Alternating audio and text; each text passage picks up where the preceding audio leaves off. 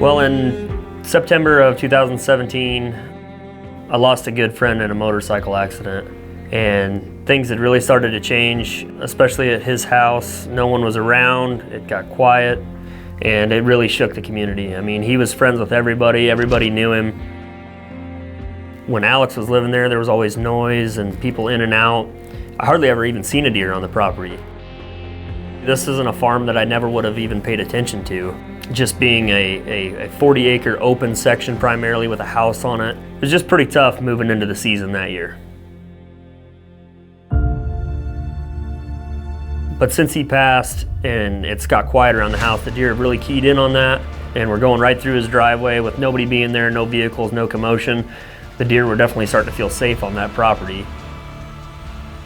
It's starting to get late in the year, December 28th, and guys are in and out of their stands twice a day, putting a lot of pressure on these deer. They're just getting pushed out of the normal food plots. They're being pushed out into these small pockets of cover where no one really thinks to go after them. And that's typically what I like to try to do this time of year, is I'll break off and go to those farms that nobody really thinks about, because a lot of times a good deer can get pushed into the area and be living in an isolated pocket. And even though this farm doesn't have a lot of cover, it still has the destination food. I decided that, hey, maybe now's a good time to go out and spend a little time and sit with Alex, just kind of clear my mind and, you know, break off, do something different, think out of the box a little bit. And I'm hoping that a big buck will be in one of these pockets and come in here to check it out. It's December 28th, it's actually warmed up a little bit. We got the wind out of the south now. I got in there a little bit late knowing that the deer were gonna move late, just on the account that it had warmed up some. I got set up in this chicken coop. I got all phased up, got my camera gear set up. The wind was right in my face, sun shining in on me, and it was just a perfect spot to sit and clear your mind for the afternoon. I'd been set up for 20 or 30 minutes at this point. I noticed a few does getting up on the property across the road and starting to mill around a little bit. And just a few minutes later, I noticed another deer pop out. You could tell obviously instantly that it's a buck. He looked small in the body. He looked like he could be run down. You know, post-rut like this, it's always hard to tell how old a buck is based on his body size. So I kind of sized him up real quick, and you know, it's a nice buck, but I don't think it's anything that I'm really interested in at this point. He starts to dog some does around a little bit, and he ends up herding them right to the road, and they jump the fence and come right out across the middle of the gravel road. One thing I mentioned was pressure. It becomes pretty clear as this buck's coming across the road. You can see that there's a truck parked in the fence line behind him, and that's just another prime example. There was someone over there on that farm putting pressure on the farm. That buck felt uncomfortable being there. He decided to come to a farm where he knew there was no pressure, no one had ever hunted there, no one had ever bothered him. He decided I was just gonna walk right across the road, get a bite to eat, mind my own business, no one will bother me. The buck disappears in the CRP. He's gone over the hill for a little while. I don't know if he's coming my direction, if he's going to a different farm. 5-10 minutes goes by, and sure enough, I look back out in the field and here comes one of the does. He's right behind her, still dogging this doe actively. In my area, the doe density, in my opinion, is extremely high.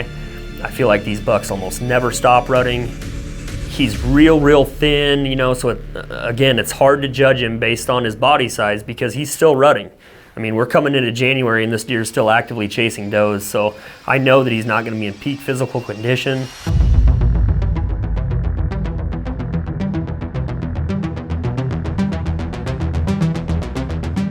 Closing distance, he's 80 yards and closing.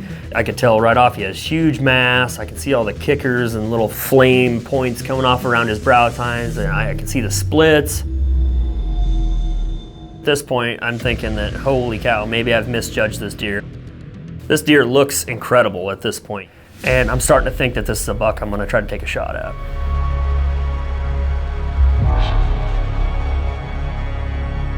As the buck's closing distance, I can hear tires on the gravel road. The buck instantly comes to full attention. He's looking around. I look out the side window. Sure enough, here comes a truck down the road. The buck is just full statue mode, trying not to move, hoping he doesn't get noticed. And I'm thinking if this guy touches the brakes, it's all over.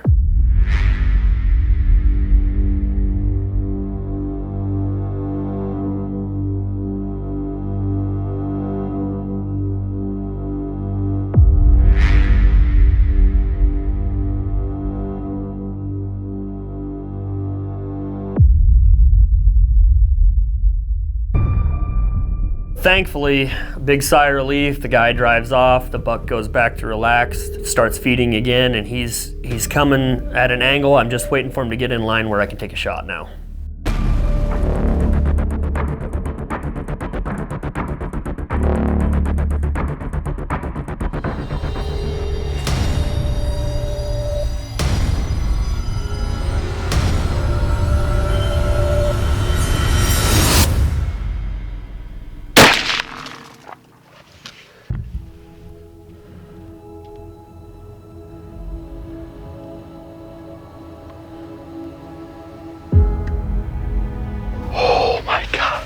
Can you believe that?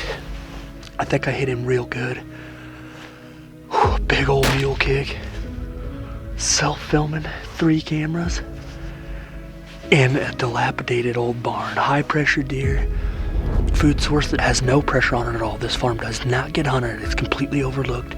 It's just a farm section of crop with this old building site. And that buck came across the road because he knew he was safe. He came over here to get something to eat.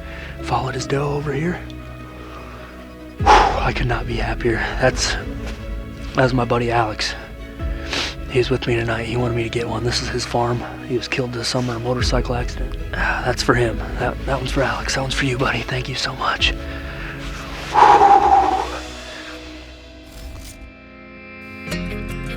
Well, the keys to success on this hunt was definitely the cold weather.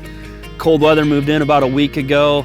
It's about 15 degrees when I harvested this buck. But when it gets cold, these deer have to eat. They have to hit a food source. And I found a food source that had no pressure on it, was able to slip in and had a good hide in this old abandoned barn. This buck came across a gravel road and through a CRP field and ended up coming into the cornfield to get a bite to eat. And I put a great shot on him. I just couldn't be happier.